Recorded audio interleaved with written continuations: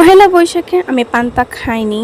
তো আজকে ভাবলাম পান্তা খাই। অনেকদিন ধরেই আমি পান্তার ভিডিওগুলো দেখছি, অনেক খাইতে ইচ্ছে করছিল। তো ফাইনালি আমিও আজকে হচ্ছে পান্তা ভাত, পান্তাটা এটা না, এটা হচ্ছে কালকের ভাত ছিল। আমি ওইটা একটু পানি ঢেলে নিয়েছিলাম। আমার অনেক দিনের ইচ্ছা পান্তা ভাত খাবার। তো হচ্ছে এই বছরে আমার ফার্স্ট পান্তা ভাত, আলহামদুলিল্লাহ এটা ছিল।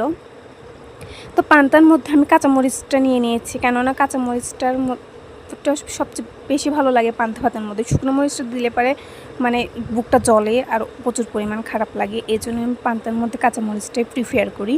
তো দেন আমি হচ্ছে এর মধ্যে আলু ভর্তা নিয়েছিলাম। পান্তার মধ্যে আলু ভর্তা এটা হচ্ছে সবচেয়ে মজাদার একটা খাবার। এখানে হচ্ছে আমার আম্মু শুধু আলু ভর্তাটাই করেছিল, আর কোনো ভর্তাই ছিল না, যেহেতু সকালবেলা হচ্ছে গরম ভাত খাওয়া হয়।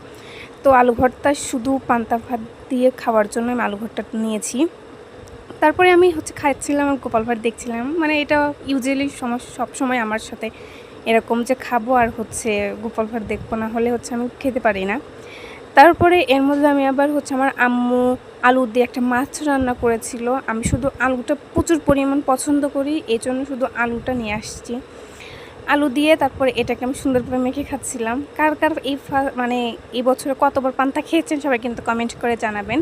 আর হ্যাঁ, খাবার শেষে এই পান্তা ভাতের পানিটা কার কার পছন্দ সবাই কমেন্ট করে জানাতে ভুলবেন না কিন্তু। তো thanks for watching my video. সবাই ভালো থাকবেন, সুস্থ থাকবেন। আল্লাহ হাফিজ।